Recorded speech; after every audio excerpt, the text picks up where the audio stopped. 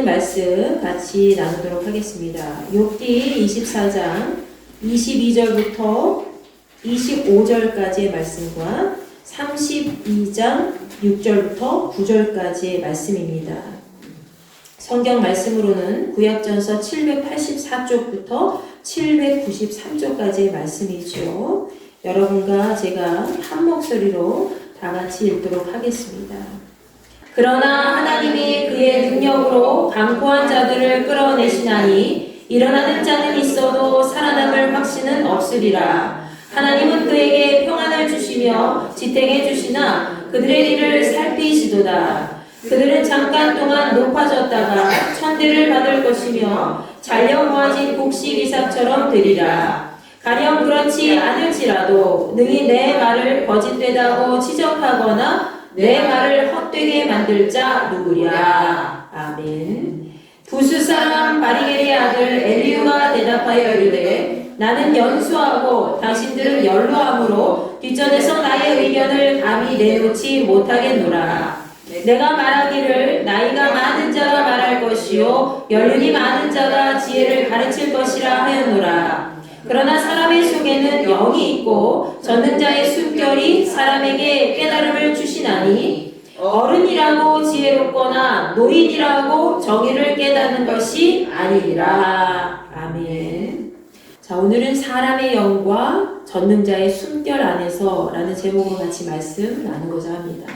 여러분과 함께 지금 욥기서를 계속 강의를 하고 있는데요. 오늘이 벌써 4번째 시간이 되었습니다. 벌써 오늘 이야기가 욥기서 중반을 넘어서고 있어요. 시간 참 빠르게 지나가고 있지요. 지난 주일 말씀 여러분 잘 기억하고 계십니까? 자, 지난 주일에는 욥의 친구들이 돌아가면서 두 번째로 계속 욥에게 공격을 퍼붓는 내용이 있었습니다. 특히 대만 사람 엘리바스는 세 번째로 욥을 공격하면서 욥에게 큰 상처를 입혔다는 것을 여러분이 다 아실 겁니다. 욥의 친구들은 모두 하나같이 욥을 계속해서 정죄했지요. 그리고 하나님 앞에 네가 온전히 회개해야 된다. 네가 하나님 앞에 온전히 회개해서 개과천선해서 하나님의 자비를 바라봐야 된다. 라고 얘기했습니다. 그러나 욥은 어떻습니까? 욥은 친구들의 말을 듣고 친구들이 생각하는 것과 다르게 자신의 삶은 매우 결백하고 또 그 결백을 입증해 주실 하나님의 공의로운 판결을 바라봅니다. 그리고 그는 자신이 지금 받고 있는 그 고난의 과정은 의인으로서 받고 있는 연단이기 때문에 그 연단의 과정이 끝나면 반드시 하나님께서 자신을 더 완전한 모습으로 세워주실 것이다 라는 확신이 있었죠. 그렇지만 여전히 욥 안에는 무엇이 있었을까요? 고난에 대한 두려움이 많이 있었어요. 그래서 연약한 인간의 모습을 계속해서 우리에게 보여주고 있죠. 오늘 말씀에서는 이 욥과 친구들이 어떤 논리로 또 다르게 자기 주장을 펼쳐나가면서 우리에게 알려주고 있는지, 또 우리 삶 속에서 지혜롭게 문제를 해결하기 위한 방법은 과연 무엇인지 함께 나눠보도록 하겠습니다. 오늘 본문에 해당되는 욥기 24장부터 32장까지의 내용은 욥과 친구들의 논쟁이 마무리되지요. 그러면서 새로운 인물인 엘리후가 등장합니다. 이렇게 새로운 인물인 엘리후가 등장하면서 중요한 전환점을 우리에게 보여줍니다. 자, 먼저 본문 24장 말씀에서는 욥이 바라본 세상의 부조리한 현실을 계속 지적하고 있습니다. 즉 욥은 세상의 악인들이 헐벗고 굶주리고 가난한 자들을 계속해서 짓밟고 있으며 또 하나님께서는 그 죽어가는 자들이 계속해서 하나님 살려주세요, 도와주세요 하는 그 부르짖음에 계속 침묵하신다고 이야기를 하지요. 이 같은 현실은 우리 시대 속에서도 많이 볼 수 있지 않습니까? 악인은 심판도 받지 아니하고 떵떵거리며 잘 살고 또 형통한데 오히려 의인은 고난 앞에서 무너지는 모습을 우리는 자주 보게 됩니다. 그래서 악인은 심판을 받지 않기 때문에 계속해서 악행을 저지르는 모습을 우리는 또 두 눈으로 확인하게 되지요. 이러한 현상을 통해서 우리가 알 수 있듯이 욥은 악인들의 입장에서 죄를 지었음에도 고난받지 않을 수 있기 때문에 고난이 반드시 죄로부터 오는 결과가 아니라는 점을 주장합니다.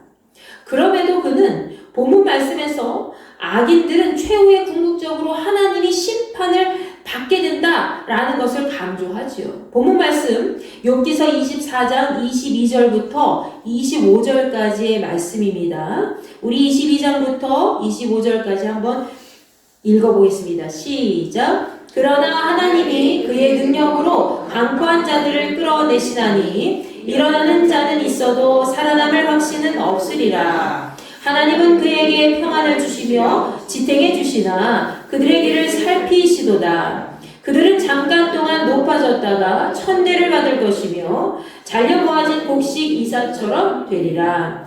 가령 그렇지 않을지라도 능히 내 말을 거짓되다고 지적하거나 내 말을 헛되게 만들 자 누구랴. 아멘.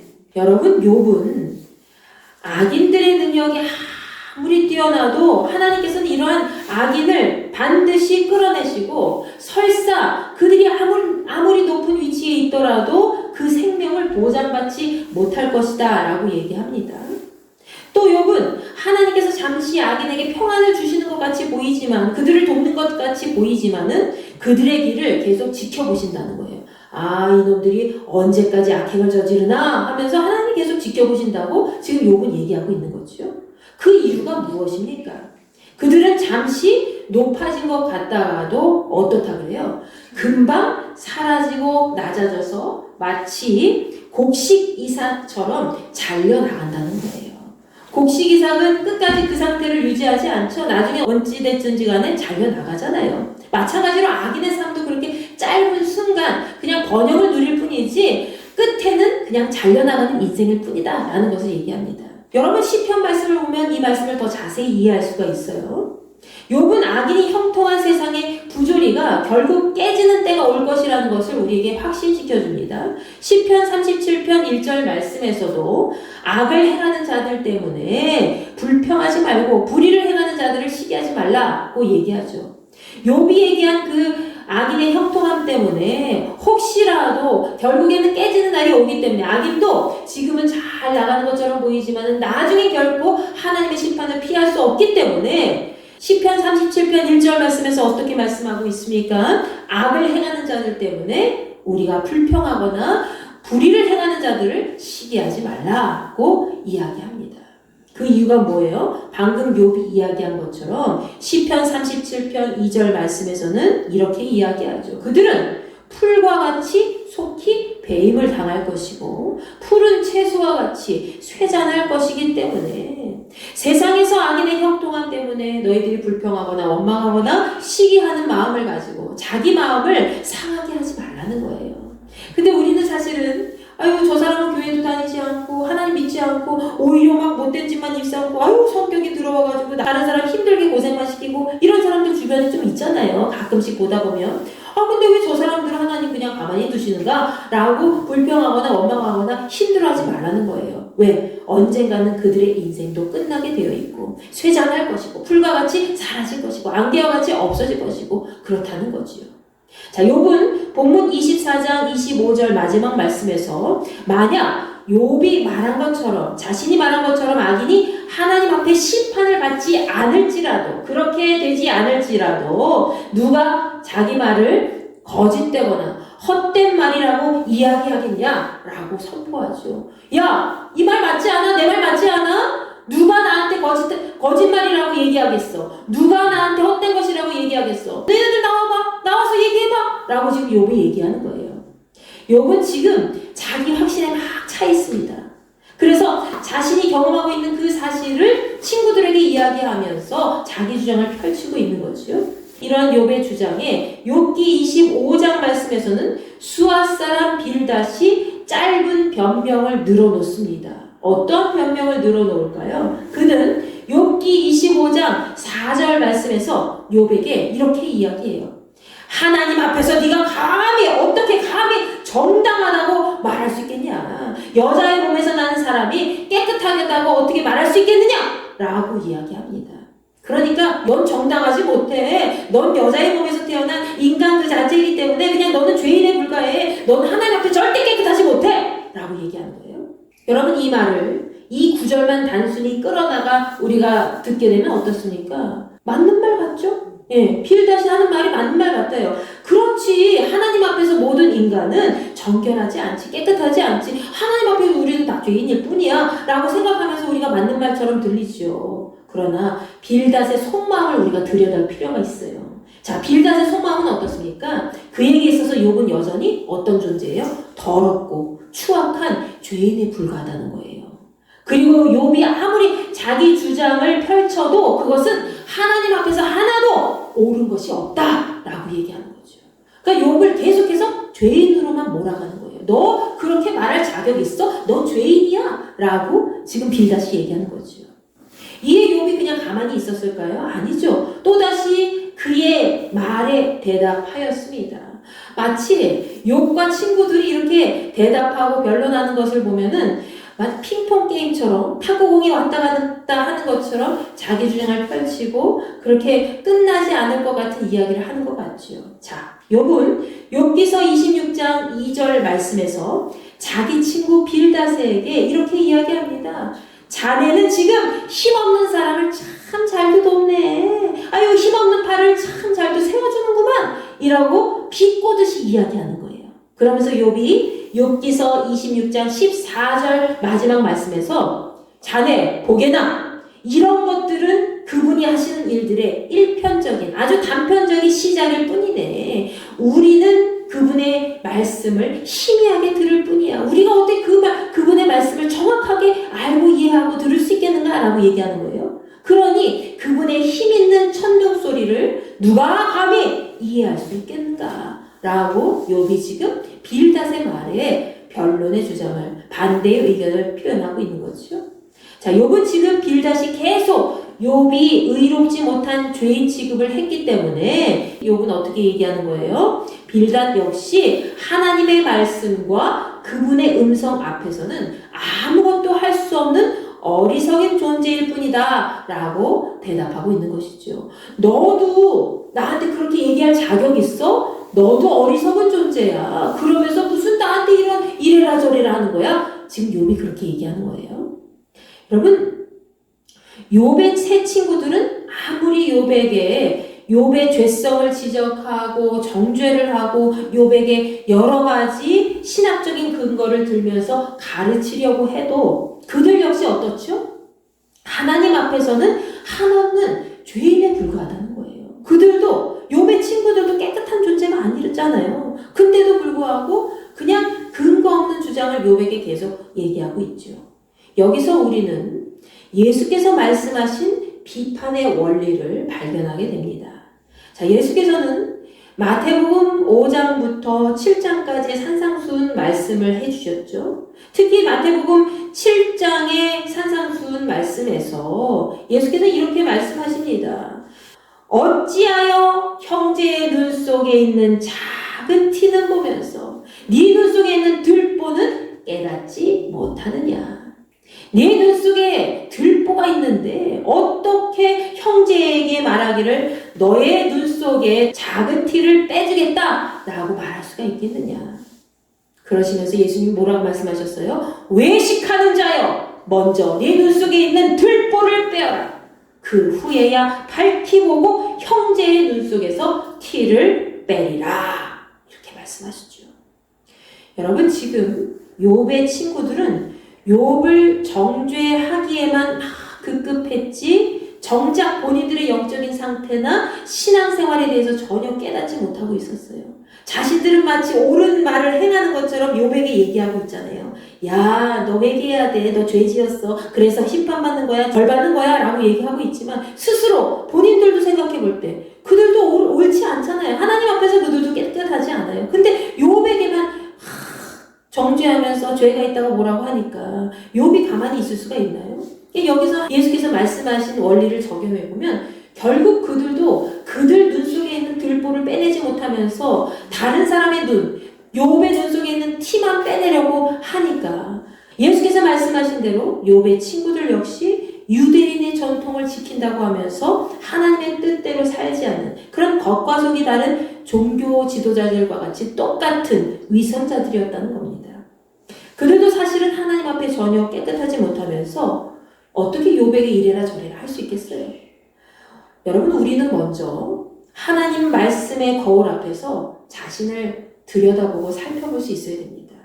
그런 다음에 내 자신을 먼저 들여다본 다음에 다른 사람들을 위해서 기도하고 그들의 신앙생활에 도움을 줄 수 있는 그런 말을 할 수가 있어야 된다는 거예요. 본인은 제대로 신앙생활을 하지 못하면서 거룩한 척만 하면서 세상 가운데서는 정말 더러운 짓 악해 정말 하나님이 기뻐하시지 않는 행동을 하면서 다른 사람 아이고 너 그래서 그런 거야 하고 죄 가운데 몰아가고 말이죠. 정죄할 수 있겠습니까? 절대 그럴 수 없다는 거예요. 여러분이 만약 자기 자신이 먼저 이 하나님께서 주신 말씀의 거울 앞에서 자신을 스스로 돌아보고 또 다른 사람들을 위해서 먼저 기도하고 나아갔을 때에 하나님의 말씀하신 바를 참으로 잘 실천하는 것이라는 것을 우리는 마음속에 새겨야 될 줄로 믿습니다. 욥의 친구들의 주장은 이제 여기서 마무리되지요. 자, 그리고 욥은 욥기서 27장부터 31장까지 친구들 앞에서 자신의 입장을 단호하게 펼칩니다. 최종 변론을 하고 있는 것이죠. 자, 욥은 전능하신 하나님 앞에 자신의 양심을 걸고 맹세까지 하게 되죠. 욥기서 27장 2절 말씀입니다. 시작. 나의 정당함을 물리치신 하나님, 나의 영혼을 괴롭게 하신 전능자의 사심을 두고 맹세하노니. 여러분, 그는 자신을 비판했던 친구들에게 나는 결코 자네들을 옳다고 여기지 않을 것이네. 당신들도 옳지 않아 라고 얘기하는 거예요. 그러면서 자네들이 옳다고 인정할 수가 없네. 내가 죽더라도 내가 온전하다는 것을 반드시 바르다는 것을 반드시 굽히지 않을 것이다 라고 이야기합니다. 욥은 자신이 죽더라도 자신이 죽어도 끝까지 자신이 결백하다는 것을 포기하지 않을 것이라고 당당한 태도를 보이고 있는 것이죠. 욥의 입장에서 보면 자신이 억울하게 고난당하는 것도 참 힘든데 옆에서 친구들이 뭐라고 하고 네가 틀린 거야 라고 얘기하면서 마음을 들쑤셨으니 얼마나 속이 시끄럽고 고통스러웠겠습니까? 그러나 욥이 지금 스스로 하나님과 사람 앞에서 완전 무결한 결백을 주장하고 있는데 과연 욥의 주장은 옳은 것일까요, 여러분? 나는 하나님 앞에서, 나는 사람들 앞에서 정말 깨끗한 사람이야. 나는 정말 정직한 사람이야. 나는 올바른 사람이야. 니네가 잘못된 거야. 왜 나를 죄인 취급하는 거야? 나는 깨끗해. 나는 옳아. 라고 주장하는 것이 끝까지 맞는 것일까요, 여러분? 욥이 이렇게 주장할 수 있었던 것은 그가 다른 친구들보다 더 깊이 하나님께 가까이 나아갔던 사람이었기 때문입니다. 자, 욥은 그 다음 장인 욥기 28장 말씀에서 세상에서 만나는 모든 이치와 이야기를 옳게 판단하는 참된 지혜라는 것을 깨닫기 어렵다고 노래하지요. 욥기 28장은 마치 잠언과 같은 느낌을 우리에게 보여줍니다. 왜냐하면 욥이 지혜에 대해서, 명철에 대해서 설명하면서 계속 고민하며 깊이 노래하고 있기 때문이죠. 자, 그는 욥기 28장 12절부터 13절까지의 말씀에서 사람들이 살고 있는 그 땅에서는 지혜와 명철을 찾을 수가 없고 사람은 그 길을 알지 못한다고 이야기합니다. 그러나 욥은 여기서 사람이 찾을 수 없는 그 지혜와 명철의 길을 오직 누가 아신다고 했습니까? 하나님만이 아신다고 얘기한 거예요. 우리는 이 세상에서 우리의 지혜와 명철을 찾을 수 없지만 하나님은 그 길을 아신다라고 얘기합니다. 그는 하나님께 진노받고 있다고 여기면서도 하나님께 심판받고 있다고 여기면서도 여전히 하나님만이 그 답을 아시는 분이라고 굳게 믿고 있었던 것이지요.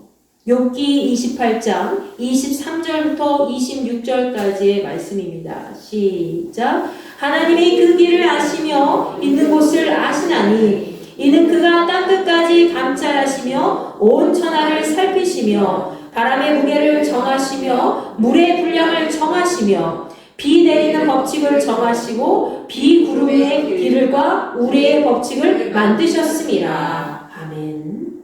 오직 하나님만이 지혜와 명철에 이르는 길을 아신다고 했습니다. 그분만이 땅끝까지 살피실 수 있고 땅 아래에 있는, 하늘 아래에 있는 모든 것을 보실 수 있기 때문이라고 욥은 지금 이야기하지요. 그러면서 욥은 하나님께서 바람의 무게까지 지시고 또 물도 측량하시고 비의 법칙과 번개가 다니는 그 길까지 만드신 분이라는 것을 지금 이 친구들한테 이야기를 합니다. 여러분, 하나님은 우리에 대해서 모르시는 것이 없어요. 우리에 대해서 모든 것을 다 아시고 모든 것을 다 하실 수 있는 분이죠.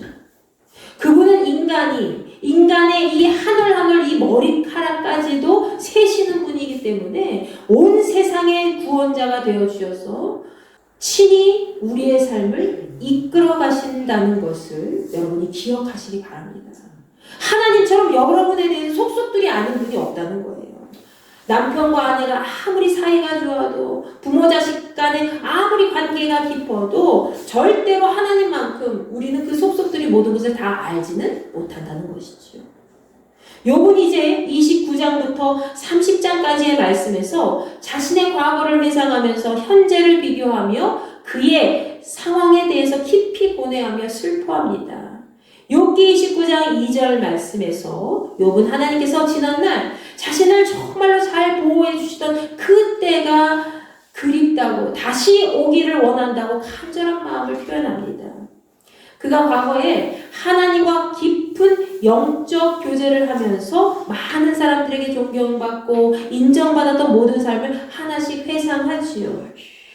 지금의 그 고통이 얼마나 크면 과거까지 그리워하면서 하나님의 인도하심을 바라고 있겠습니까? 욥은 현재의 상황이 하나님께서 과거와 같이 자신을 돌봐주지 않는다고 여기고 있었습니다. 그렇기 때문에 욥기서 30장 말씀에서는 고통 중에 있는 그 현실을 처절하게 표현하지요. 욥기 30장 16절부터 17절까지의 말씀입니다. 시작. 이제는 내 생명이 내 속에서 녹으니 환난 날이 나를 사로잡음이라. 밤이 되면 내 뼈가 쑤시니 나의 아픔이 쉬지 아니하는구나. 아멘.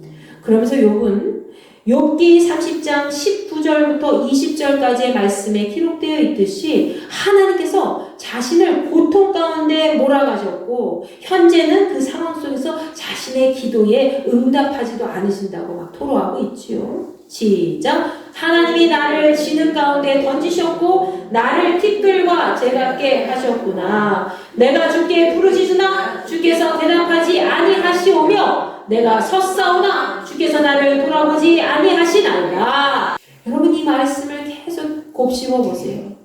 우리가 보통 아유 너는 진짜 벽에 대고 얘기하는 것 같아. 아유 답답해. 이런 사람 있죠? 벽에 대고 마치 이야기하듯이 바로 옆에 있음에도 불구하고 내가 큰 소리를 내어도 대답도 없고 묵묵부답이고 정말 그런 사람을 보면 그런 상대방을 보면 얼마나 답답합니까? 지금 욥은 그런 상태라는 거예요. 지금 욥은 자신을 고통 가운데 몰아가신 그 하나님을 대상으로 그렇게 소리치고 있는 거죠. 이제 욥은 욥기 31장 말씀에서 최후로 하나님과 사람들 앞에서 진술합니다. 자신이 만약 탐욕을 부렸거나 간음을 했다면 그러한 죄 때문에 벌을 받을 각오를 하고 있다는 것을 이야기합니다. 내가 간음을 했다면 나 벌 받을 거야. 내가 탐욕을 부렸다면 그래 벌 받아 마땅해 라고 얘기하죠. 조목조목 자신의 결백을 주장하면서 하나님의 응답을 요구하고 있습니다. 욥기 31장 35절 말씀에서 욥은 이렇게 이야기하죠. 누구든지 나의 변명을 들어다오. 나의 서명이 여기 있으니 전능자가 내게 대답하시기를 바라노라. 나를 고발하는 자가 있다면 그에게 고소장을 쓰게 하라. 강력하게 욥이 지금 자신의 결백을 주장하고 있는 거예요. 욥은 자신을 심판대에 세워서 결백한 자신의 삶을 온전하게 판결해달라고 이야기를 하고 있습니다. 특히 욥기 31장 6절 말씀에서는 하나님께서 자신의 삶을 다시 한 번 더 돌아봐 주시기를 판단해 주시기를 바라고 있지요. 하나님께서 나를 공평한 저울에 달아보시고 그가 나의 온전함을 아시기를 바라노라. 마지막 항변을 다 끝낸 욥은 이제 잠잠히 하나님의 대답을 기다렸습니다. 이렇게 모두가 침묵한 가운데 이제 분위기가 전환되지요. 그러면서 오늘 본문 욥기서 32장 말씀에서 누가 등장합니까? 바로 엘리후라는 사람이 등장합니다.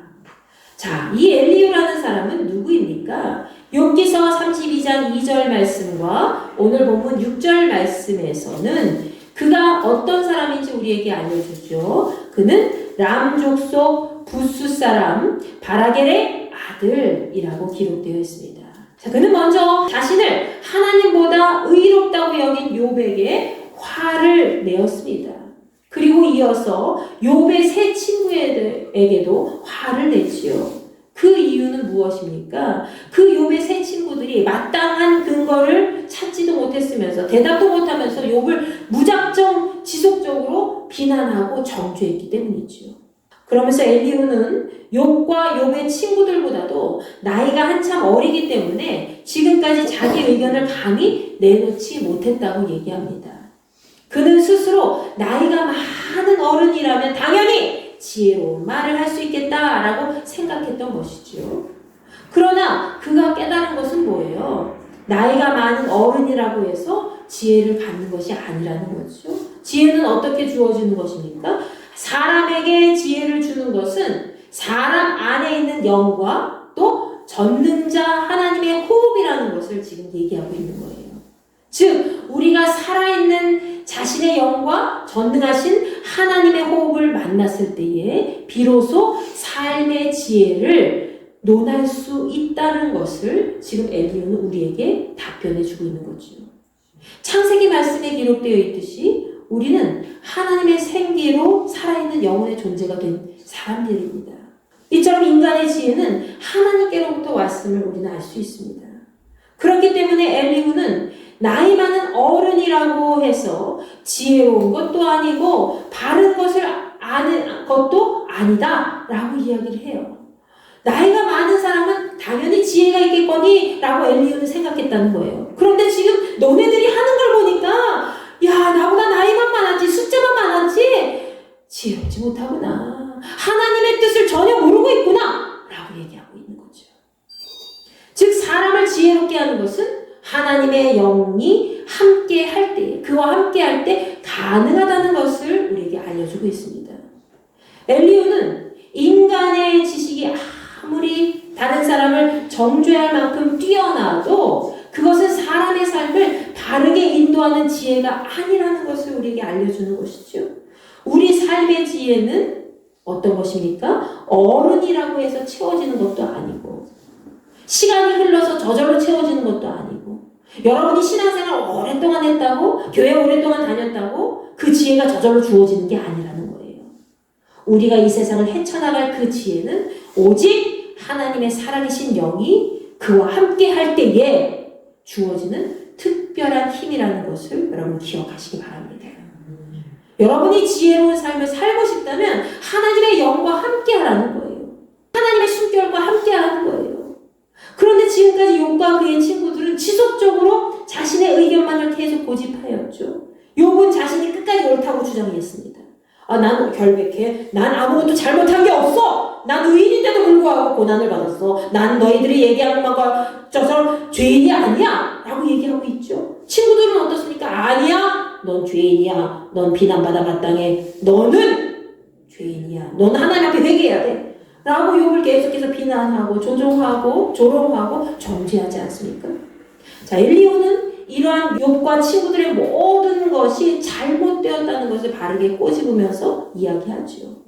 자, 그는 자신이 지금까지 참고 기다리면서 욥과 친구들의 말을 듣고 섣불리 일부러 나서지 않았다는 거예요. 그렇지만 이제 욥기 32장 말씀부터는 자신의 의견을 하나씩 내놓기 시작합니다. 어쩌면 욥기 전체적으로 우리가 살펴봤을 때에 엘리후라는 사람은 하나님의 눈으로 세상을 공정하게 바라보는 면에서 꼭 필요한 존재가 아니었을까 싶습니다. 앞으로 엘리후가 어떻게 진술하게 되면서 이 욥과 친구들에게 이야기를 하게 될지 다 같이 나중에 계속해서 지켜보고 살펴보기로 하겠습니다. 우리는 세상에서 여러 가지 고난의 현장에 직면하게 됩니다. 여러분 삶 속에서 고난이 없는 사람이 없잖아요. 여러분이 마주하고 있는 그 고난이 질병 때문에, 건강 문제 때문에 힘들어하는 사람도 있고, 경제적인 부분 때문에, 아유, 요번에 정말로 이것 때문에 힘들다 하는 것들이 있고요. 그리고 인간관계 때문에, 가족 때문에, 구원받지 못한 가족이나 아니면 또 어떤 감정적인 부분 때문에 부딪혀서 고난에 직면하게 될 때가 많이 있지요. 그때 고난을 맞이하는 사람들의 태도는 저마다 다릅니다. 어떤 이는 그 고난에 대비해서 막 준비하는 사람도 있고요. 그 고난 때문에 힘겨워하고 자꾸 절망하고 좌절에 빠진 사람도 있고요. 여러 가지 삶의 태도가 다르다는 거예요. 결국 그 고난을 극복할 수 있는 힘은 어디에 있습니까? 사람의 영과 하나님의 숨결로부터 오는 그 호흡이 함께 맞춰졌을 때, 사람과 하나님의 그 영이 함께 맞춰졌을 때 하나님께서 주시는 그 지혜로 말미암아 우리는 그 고난을 헤쳐나갈 수 있다는 것이죠. 아멘? 우리가 아무리 뛰어난 능력을 소유하고 있어도 결국 하나님께서 주시는 그 지혜가 아니면 그 무엇도 이겨낼 수 없다는 겁니다. 우리의 인생은 누구의 것이에요? 하나님의 것이기 때문이다. 우리의 인생은 우리의 것이 아니에요. 하나님의 것이기 때문에 하나님의 영을 받아서 우리가 숨쉬고 이 세상을 살아가고 고난을 헤쳐나갈 수 있는 힘이 있는 거지, 하나님의 영이 없으면 우리는 그 지혜를 얻을 수가 없고요. 하나님의 숨결이 없으면, 하나님의 호흡이 없으면 우리는 살아갈 수 없다는 거예요. 오늘 말씀을 기억하면서 여러분의 영 안에 하나님의 호흡을 담아 이 세상의 삶을 보다 지혜롭게 살아내시기를 간절히 축원합니다. 아멘.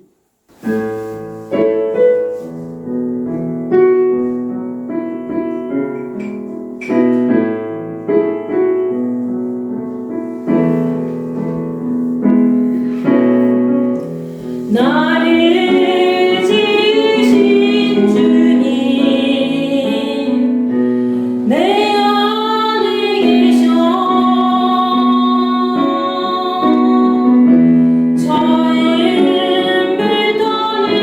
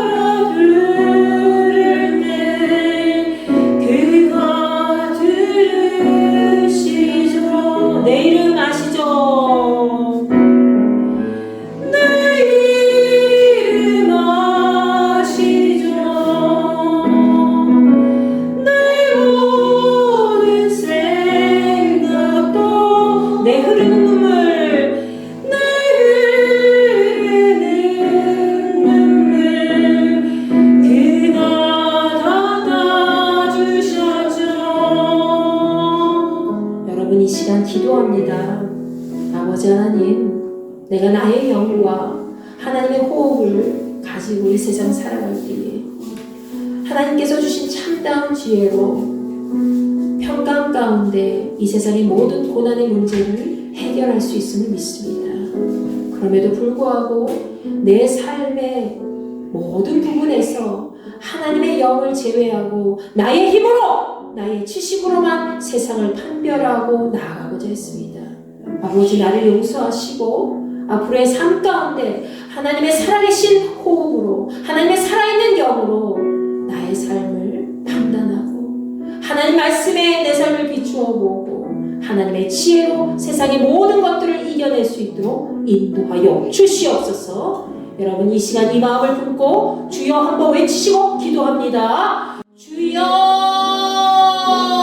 저희들의 삶 속에 임재하여 주시어서 하나님의 놀라운 지혜 능력으로 이 모든 것들을 이겨낼 수 있도록 인도하여 주시옵소서. 아버지 하나님, 아버지께서 주시는 그 지혜는 거저 주어지는 것이 아니라 하나님의 말씀의 그 호흡과 하나님의 숨결이 나의 영과 만나서 만들어지는 귀하고 복된 지혜인 줄 믿습니다. 하나님, 저희들의 삶 속에 임재하여 주시어서 하나님의 강력한 그 호흡을 느낄 수 있게 도와주시고 하나님의 살아계신 영으로 세상을 판별하고 또 세상 가운데 고난받고 있는 모든 자에게 하나님 살아계신 그 영을 나눠줄 수 있는 거룩한 지체가 될 수 있도록 우리를 사용하여 주시옵소서. 우리의 모든 문제는 하나님 손에 달려있음을 믿습니다. 우리의 능력이 아무리 뛰어나도 우리의 지적인 수준이 아무리 높아도 하나님의 영이 함께 하시지 않으면 아무것도 할 수 없음을 믿습니다. 아버지 하나님, 저희들에게 임재하여 주시옵소서. 하나님의 살아계신 영으로 나아갈 수 있는 믿음을 허락하여 주옵소서. 하나님의 살아계신 그 숨결을 느끼는 귀하고 복된 마음을 우리에게 허락하여 주시옵소서. 우리가 살아계신 하나님의 영과 함께 동행하기를 원합니다. 하나님께서 주신 그 지혜로 말미암아 세상 가운데 있는 모든 악한 영들을 물리치게 하시고 세상에 있는 모든 고난의 문제를 넘어설 수 있도록 은혜를 더하여 주시옵소서. 욥도 스스로 자기의 주장을 펼치면서 자기는 끝까지 결백하다는 것을 주장하고 또 욥의 친구들도 자신들의 상황을 살펴보지도 못하고 욥을 계속 비난하고 정죄하는 모습을 보고 우리의 모습이 그런 모습은 아닌지 다시 한번 돌아보게 됩니다. 오늘 리우가 이야기한 것처럼 우리가 아무리 나이가 많아도 우리의 연륜이 쌓여도 하나님께서 주신 그 지혜는 우리에게 저절로 주어지는 것이 아님을 믿습니다. 아버지 하나님, 함께하여 주시어서 하나님의 영과 함께 통행을 멈추지 않는 우리 거룩한 히토기 지체들이 되게 하시고 언제나 하나님의 영으로 저희들 하나님의 귀한 거룩한 숨결로 날마다 그 안에서 하나님의 거룩하신 말씀 안에서 날마다 이 세상 가운데 부족한 부분을 채울 수 있도록 도와주시고 모든 고난 가운데 하나님의 놀라운 지혜로 모든 것을 잘 이겨낼 수 있는 거룩한 지체가 될 수 있도록 허락하여 주시옵소서. 오늘 이 자리에 함께하지 못한 자녀들이 있습니다. 기억하시고 그들의 삶 가운데서도 하나님의 놀라운 지혜로 세상의 모든 것들을 잘 이겨낼 수 있는 귀하고 복된 믿음을 허락하여 주시옵소서. 우리의 삶을 주장하신 분은 오직 전능하시고 전지하신 아버지 하나님 분인 줄 믿습니다. 아버지, 저희들에게 임재하여 주시옵소서. 아버지, 감사합니다. 이제는 우리 주 예수 그리스도의 은혜와 하나님의 무한하신 사랑과 성령님의 감화감동 내주 역사 교통 위로하심이 호흡이 끊어지는 그 순간에도 날마다 하나님을 바라보며 하나님의 영과 동행하며 하나님의 지혜로 세상을 살아가길 원하는 우리 인도교회 모든 지체들과 믿음의 그리스도인들에게 함께하여 주시기를 간절히 축원하옵나이다. 아멘.